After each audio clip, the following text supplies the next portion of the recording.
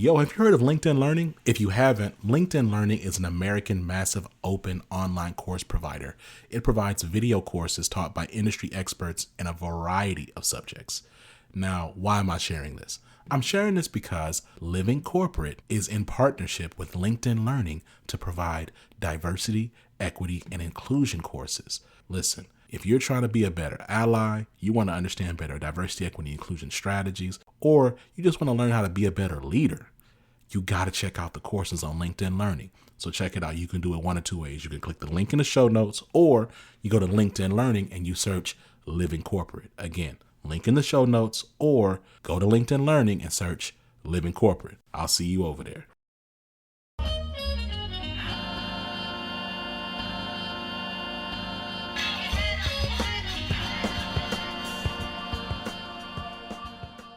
Welcome, ladies and gentlemen, to another episode of the Living Corporate Podcast. Myself, I'm Brandon Gordon.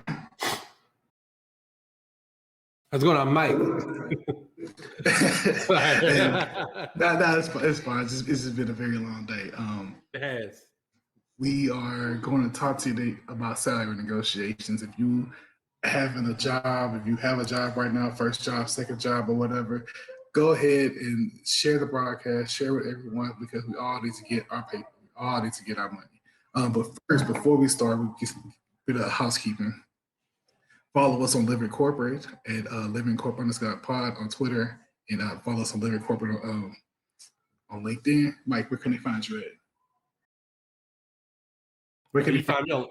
Find me on Twitter at just Mike Yates. You can also follow me at Ghostface Sigma on Twitter as well. So today, just talk about more about the Living Corporate. Living Corporate is a writing and podcast platform dedicated to exploring and celebrating underrepresented identities in corporate America. We are an early to mid consulting group who came together based on a shared desire to have a frank conversation about the ways we exist, survive, and succeed in corporate spaces. As a collective, we represent a broad spectrum of beliefs, cultures, and identities, and we know that our differences have shaped our perspectives and experiences in corporate America. We want to engage with other voices that often go underheard and have our conversations out loud. Living Corporate is for everyone, anyone and everyone who wants to have these conversations with us and push the needle forward on how we can create sustained spaces that reflect our true inclusiveness. Yes. And this is the access point, which is Living Corporate Network, which is really exciting. So the Access Point is a weekly web show where, look, y'all, we're trying to bring you real talk to help you prepare for the workforce. And look, before I'll say it again, this content is for everybody, but for this time right here, we're focused on preparing Black and Brown folk, Black and Brown college students, Black and Brown early career professionals for the future of work. And so every week we'll have incredible guests on the show, and we'll discuss the topic at hand. This week we actually had a guest that had to cancel on us. So you got me and you got Brandon, but we have plenty of experience in the workforce and plenty to share with you about salary negotiation. So we're gonna jump into that right now. So yes. So I have a question for you, Mike. Without sharing the actual number, are you comfortable in your salary right now? What you're making? Oh, I think you froze a little bit. Can you repeat that? Sure. Are you comfortable in the salary that you're making right now? Yeah. So my answer is yes, but so I'll tell you this right now, without saying the number, I'm at a salary level that I never imagined that I'd never be at before. Like, if you would have told me when I was 12 years old, or when I was 15, or when I was 21 that I'd make what I'm making now, I would have called you a lie, especially working in education. And so I was just talking about this on a podcast. Like, I'm very fortunate, very blessed. And so, yeah, like I'm happy with my salary level. However, I am about to ask for a raise. And then we'll talk about why in the course of this episode. Yeah, sure. For myself, I'm very comfortable with. Of course, you always want more, but for right now in my career, I'm very comfortable where I'm at. So let's go back 10 years ago when you very first started your career. Were you comfortable then? Were you comfortable with the money that you was getting then, or did you try to get more, but you didn't know the means of how to get it? My life was different 10 years ago. And so like I would not say I was comfortable. No, like I definitely have come a long, long way in my career. And so no, I wasn't. And like, did I know how to navigate? Not necessarily, but I knew how to. Well, I knew that I should ask for more, but I didn't know when or how or like where to. And I even did feel that same pressure of like oh, like, well, so like in education, there's this pressure where you feel like, oh, I'm doing this thing that's supposed to be for the public good, and because of that, you don't want to ask for more money because you feel like you'll be you'll be seen as money hungry, which is totally false. But yeah, that's where I was 10 years ago. Right.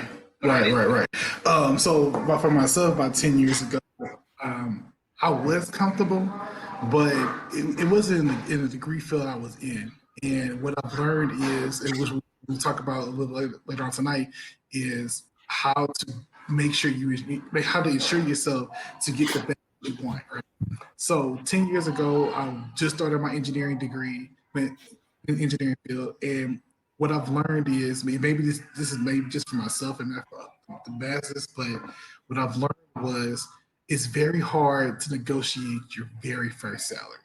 And the reason why I say that because you're going in with no experience whatsoever. It's just you, your degree, and just a wide open opportunity. You know you kind of know what the field is, and because you can look that up online, but you really don't know how to go about more money when you don't have the experience to show that you are deserving of said money. I don't know if I'm selling myself short here, or how do you look at it? I think it is difficult, but I think if you do the right things in college, I think it's totally possible for you to negotiate. And I think, as a matter of fact, I think you should negotiate. I don't think you should ever, even when a job says to you, "We don't negotiate salaries." I think you should negotiate. Oh, absolutely, Yeah, absolutely. like But I was thinking more. I was thinking more of the aspect of just your very first job out of college. You don't have. My thing is, you don't have any leveraging power to negotiate for that higher money. But if it's 5,000 more, 10,000 more, without the experience to validate yourself. So how would you go about talking to a student or a recent grad and say, hey, even though let's say you're making 50,000 a year, push for 60. But how can you push for that 60 without the experience necessary? Right. It's about, I think it's about what you do when you're in college, right?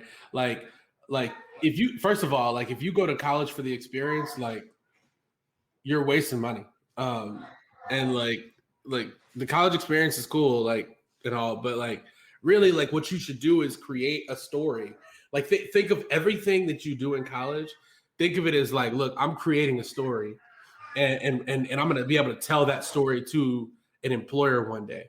And so, like for me, I never had a quote unquote normal job because I was like, I'm gonna be till like I actually worked at the Ralph Lauren store in San Marcos, Texas, which was the second biggest Ralph Lauren store in the world, by the way.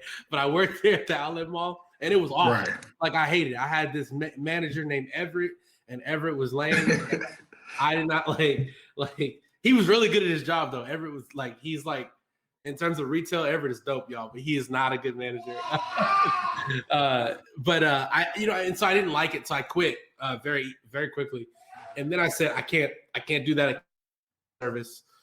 So I actually started working jobs that like really where I had a title, like working at the university. I worked for the Trio and Upper Bound program, where I was going to high schools and tutoring students and helping them get ready for college.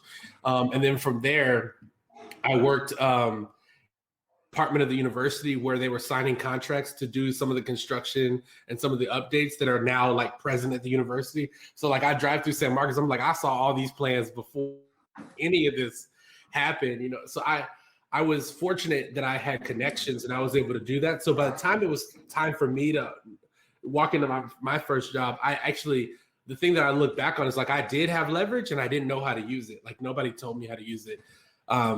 My first job was also, I was a speech teacher, and I was on the speech and debate team from high school all through college. And so it's not easy to find people.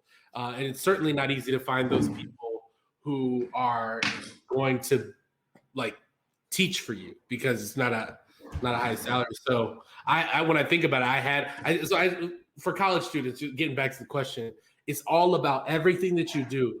Like I hate the term resume builder, but it's almost that way, right? Like, and you got to document it. You use Twitter, use LinkedIn, you document that stuff so it's well known. But like, so you're saying take what you learned throughout your 4 or 5 years in your college program and try to translate that into the workforce and say, I did X, Y, and Z. I was on top of projects. I did this, and this could translate to working in the group. I worked in groups all through college, so I can work in groups in here. I dealt with difficult people. I dealt with this person, this person, this person. And so you dealt with a wide range of multi-talented, yet sometimes frustrating individuals, and you can use those skills to translate that into other fields, which we discussed before plenty of times on this podcast, that skills are transferable. They can go anywhere. So using the information, what was that process like of going in and say, you're telling me you can offer me this, but I want this. So how does that go about? Well, when you sit in those rooms, right? Like, also, just like my field is a little different than most people, but the principles are kind of the same. Like, so in education, you're often already at a place, and when you're trying to get so I've never stayed at the same school. At one point, I was never at the same school more than 1 year. Wow, Mike. All right. Yeah, because I had this, and this is sort of my answer to the question. I had this theory when I was it was my second year. I went into public school, and I remember watching LeBron James on television, and I was like, man, LeBron has in the summer. That was when like the Knicks were like making a run at LeBron James. And LeBron was like, I'm not going to the Knicks. He was trolling them the entire way. We keep going. Yeah. Like that summer. Yeah. He straight up was like, I'm not going to the Knicks. And they still brought billboards. And I was like, man, like, I know it's the NBA, but LeBron I was like, I've never seen this for anyone before. Right. And he's figured out how to make billionaires roll out the red carpet for him in whatever city he showed them. And I remember the second time he was going to leave Cleveland and he went to LA. Mm-hmm. There was this big, he's coming to Houston. I remember my homeboy from St. John's hit me up and was like, yo, Bron's coming to tour the high school. And I was like, what? Like, there was this rumor like, oh, it could happen. And when I thought about those scenarios, I was like, LeBron James has figured something out that's applicable to the job market. And this is what I figured out, is that number one, you should never ever give an employer you should never give them the peace of mind that you tomorrow. Like, and by doing that requires that you have to be the best in the room.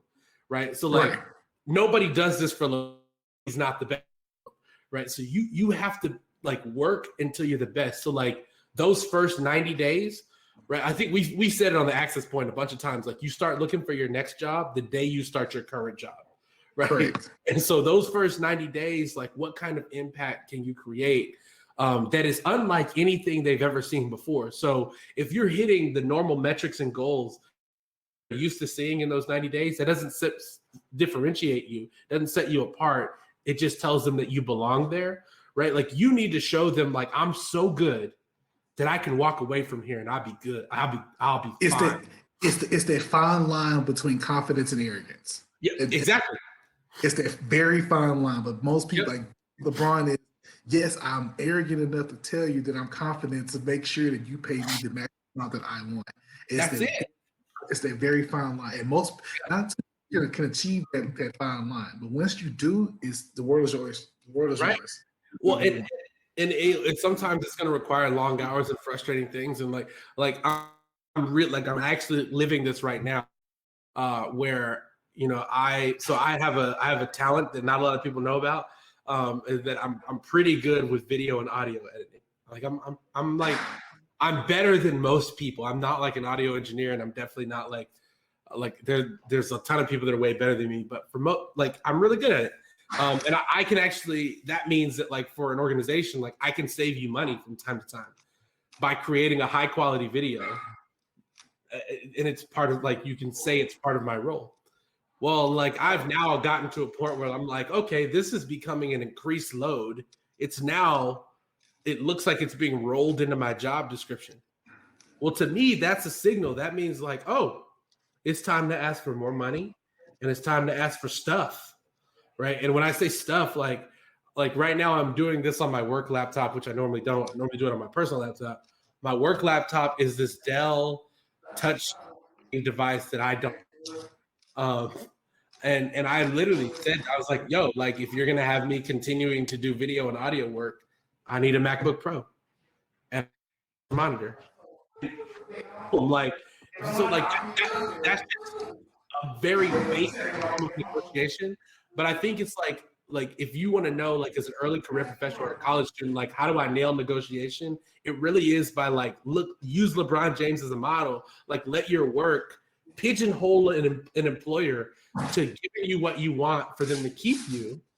But also like never letting them know that they have you. Like you should be browsing LinkedIn jobs every now and then, right? Like if you hear of a dope opportunity, like you should check it out.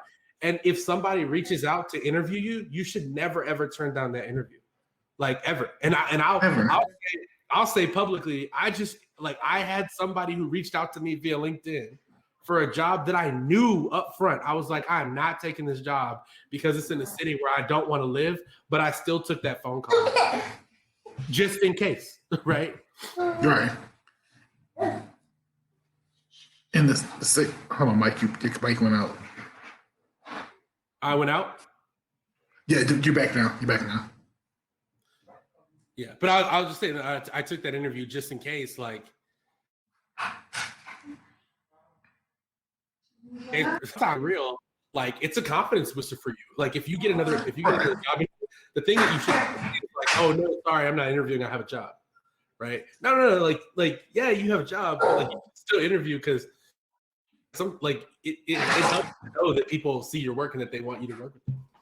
And also, I've had plenty of people hit me up on LinkedIn. Certain ones that I fit the description for, I interview just for the hell of it, but not because I want to job. I love where I'm at.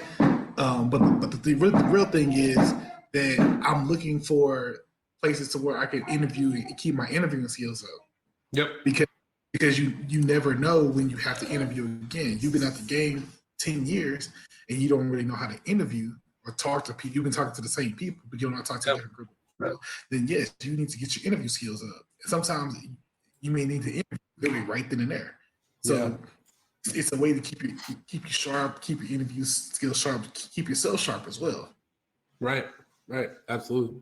So when it came down to my very first negotiating, I really didn't negotiate. I was coming out of college.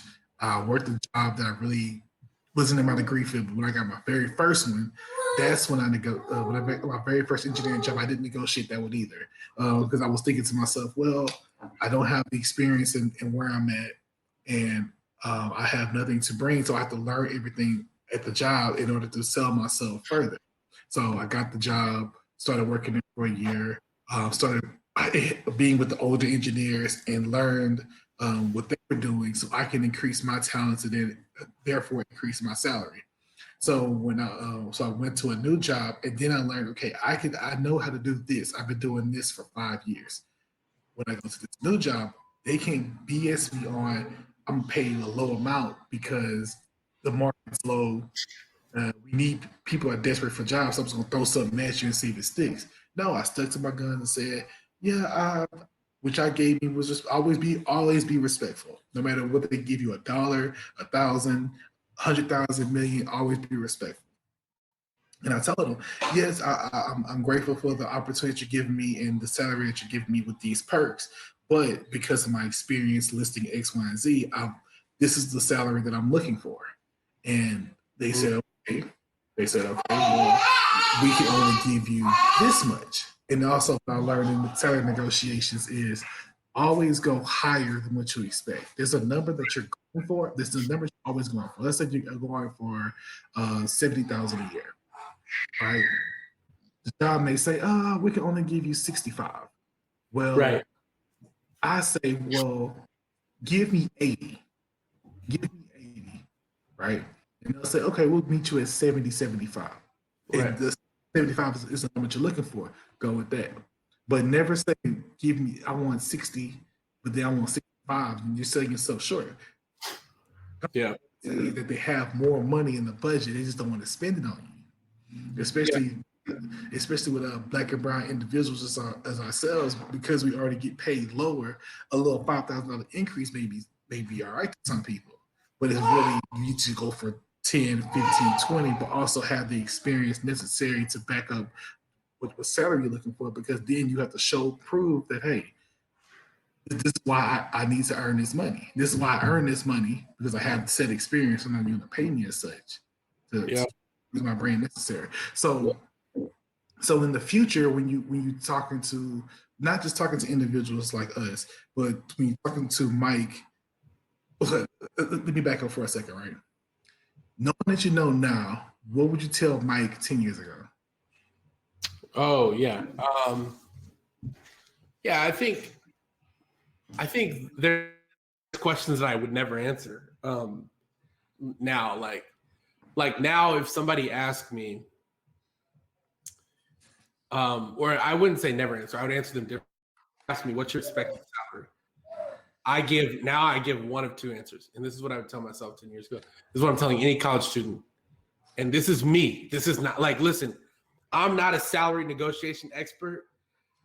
I'm a futurist. I'm a out of the box thinker. And this is what has worked for me in a field where people say there's no money. If somebody asks me the question, what is your salary expectation? I either say to them, make me an offer. And I say that because I'm sending them a message like, don't play games. Like, I'm not going to play a guessing game with you. Make me an offer and I will respond to your offer. So when an employer says like, what's your salary range? What they're trying to do is they're actually trying to assert power over you in that situation, because they want you, like any rule of negotiation. You talk about sales negotiation, the business negotiation, they'll tell you whoever throws out the first number loses. Yes. Right. And so you don't ever want, because let's say like when an employer asks you what your salary range is, they know that most people will give them lower than what they're worth. Right. The other thing that I do is I name an astronomically high salary. Like I'm not kidding. The last time somebody asked me that, I said $225,000 a year for a job that I knew. I was like, I know that this is, but you asked me a ridiculous question. I'm gonna see how you got.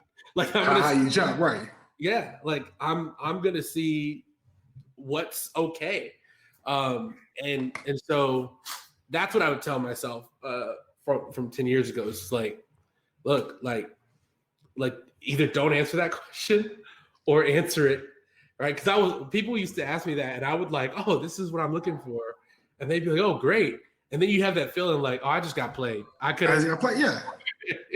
What about exactly. you? So what I was about to had to talk to myself 10 years ago, I would always ask for more. What I've learned is, especially talking to individuals like yourself and Tiffany and Zach, that are hosts on the show, that I've learned that I've always sold myself short. I'm not an out-of-box thinker. I've always relied on experience. So I always use stories to sell myself at the job, the job I want, but I never sell myself on the type of money I want. Because I've always thought that because I can make it, I made it in very harsh environments, so I know that I can survive off any salary. I have before, and will still keep doing it. But not using my experiences to sell myself on getting a better salary. That's one of the things I would harp on. And secondly, if they do ask me, I've had the experience where they did ask me that question. I say just it's always negotiable. Always negotiable. And then what I do is I look up the salaries on salary.com, LinkedIn, Glassdoor, other websites, and say, okay, this is what the average should be. I'm gonna go 20% higher and see what they say. And that's just, not even with salary, but just with 401k benefits. That's with vacation time, sick time, time off, personal time, working from home. All those things can be negotiated. What I've learned is, do you watch? Well, just in contract negotiations, right? Yeah. Anything that's on a piece of paper that you're signing, you can negotiate. Yeah. You can negotiate what the period is on the contract, where the comma is on the contract. I negotiate everything, and I tell other people to read everything as well. You may be selling your intellectual property working for a job. You can negotiate that out your contract. You may not. Some contracts I signed before that said that you can't work in the same field or work with other competitors for a year. You have to wait a year to work for a competitor. Right. That was in a contract. Hmm. So some people don't read that. All they see is, hey, I get a salary, I get 2 weeks vacation, the standard stuff. A salary, 2 weeks vacation, matched 401k, may get a pension here or there, and they go about their business, but not realize you got to read the fine print. First job out of college, I really read the fine print. My first job, I got a salary, I got a bonus, an upfront bonus that said, hey, you get $5,000, I'm saying, bonus upfront, sign. All right, cool, I'm signing. Now I realize that if I get fired or if I quit within a year, I have to pay that salary back. Terrible. It's already taxed as it is, Yeah. Stay there for a year just so I won't lose $5,000, Yeah. And that's what I tell people. Read everything. Make sure that this is the terms that you feel comfortable agreeing with. If not, go back to the table. Change.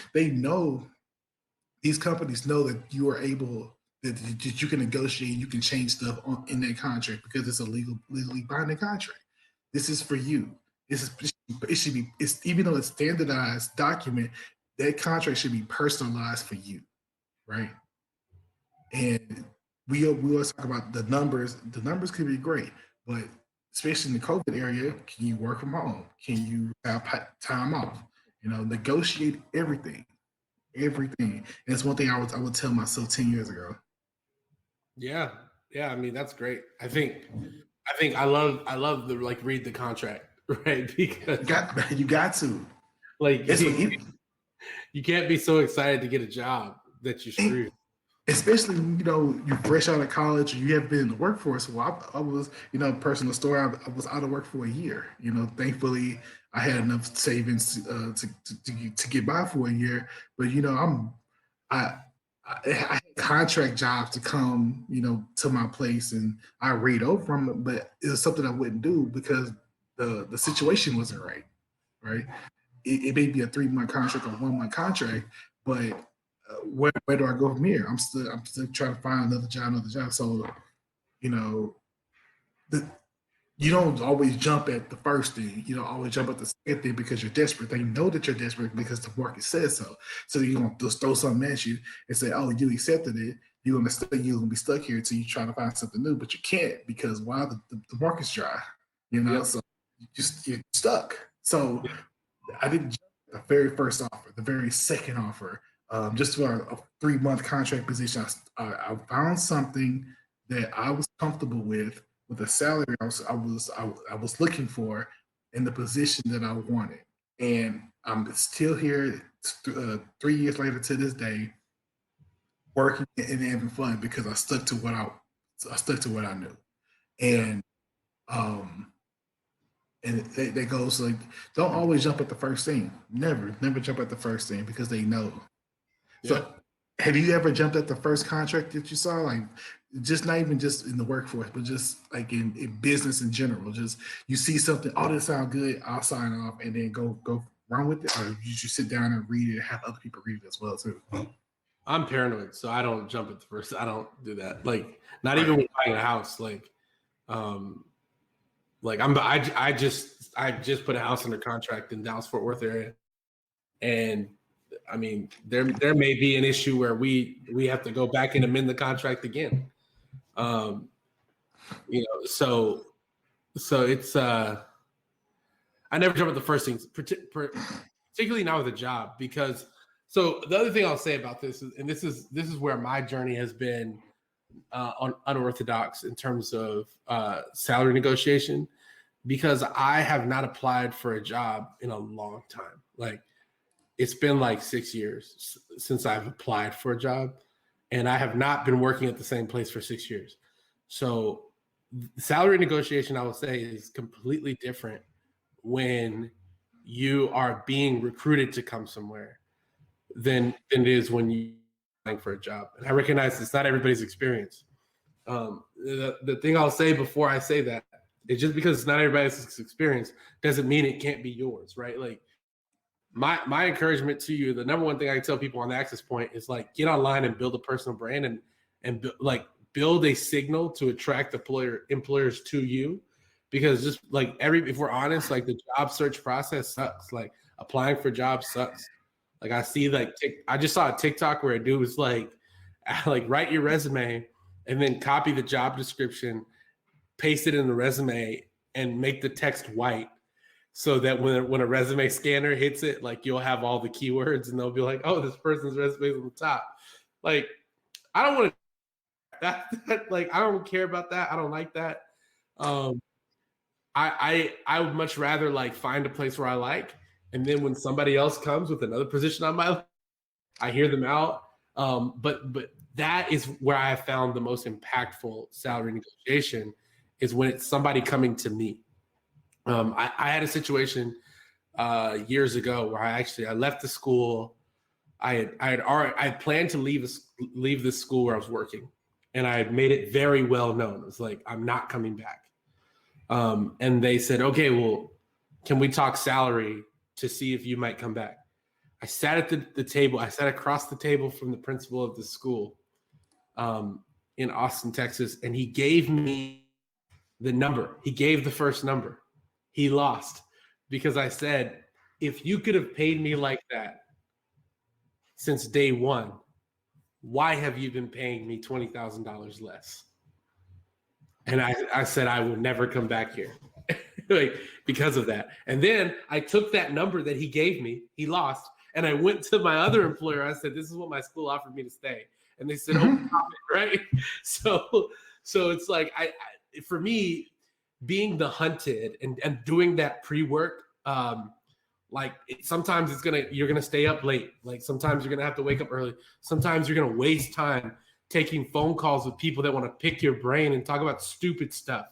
But you never know when one of those connections could lead to a quite literally a career altering, a life altering salary. So what you're saying is you need to make yourself the pretty girl at the high school, pretty much.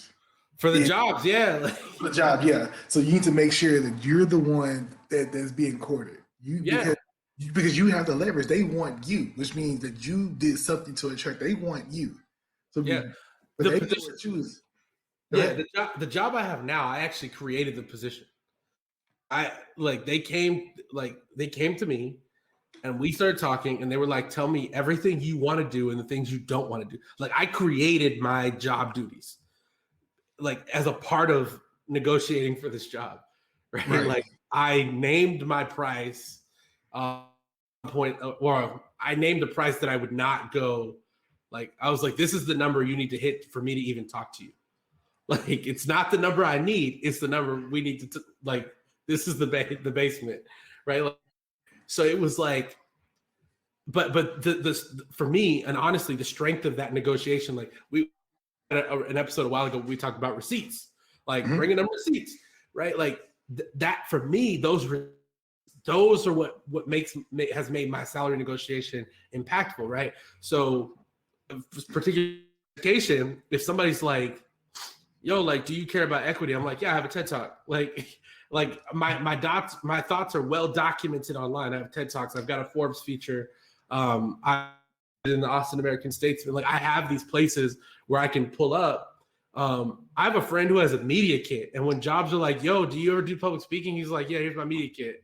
Right? Oh, right there. Yeah, and he's like, people pay me $25,000 plus to come speak for them.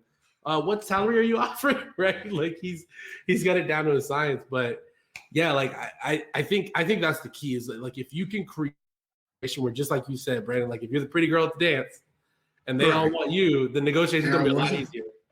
Right. Right. Okay. So man, it's been about 35 minutes. We had a great conversation. Great conversation about signing negotiations. Once again, Mike, where can the people find you at, bro? LinkedIn, on Twitter, Instagram. Yeah, LinkedIn. Where can they find you? LinkedIn or Twitter. LinkedIn, Mike Yates. Twitter at just Mike Yates. And talk about, while I got you on, we never really discussed the other podcast that you have about the school podcast. So I have a podcast. Yeah, I have a podcast called Schoolish. It used to be called School Sucks. I changed the name of it because there was already a podcast called School Sucks that was on break when I started it. So I thought they were down, but they came back, and I just wanted to be respectful. I didn't want to like battle over that, but I Schoolish. And basically what I'm doing that podcast is I'm collecting the largest repository of stories about school so we can use them as data to change education. That's what I'm all about. So if you're ever on the podcast, I'm not looking for Seth Godin or Gary Vee. Like I'm not like hunting for the biggest guest. I want like actual human being, like real people with real stories. And we're just going to keep documenting and keep rolling. All right, that's good to know. You can follow me. Well, first of all, follow Living Corporate _pod on Twitter. Also, follow me on Living Corporate. You can follow me on Twitter at Ghostface Signal. And next week is kind of cool. So it'll be myself and Tiffany. Mike, you're always welcome to join in as well, but we'll do something different next week. Cool. We're gonna have an actual guest. I've been knowing him for a couple of years. One of my fraternity brothers, real good dude. His name is Nigel Poole. We're going to talk about the experiences of a new college graduate. We've always been talking to the college graduates in the college students, but I want to actually bring a student up here. He just graduated college in December. He just started working in the Austin area, and so I just want to get experiences from him that we've been talking about for season 1 and season 2, and just pick his brain on how did he work. What was the interviewing process like for him? What was the job search like for him? Moving away from home, going to school, working, how to deal with the people and things like that. So I just want to get a fresh experience. We talk all the time, but just get somebody new up here and talk about those experiences from my firsthand experience. So I think that'll be just a great change of pace for the access point. And with that said, we thank everybody for listening, and we'll see you next Tuesday, 7 p.m. Central. See you guys. Peace.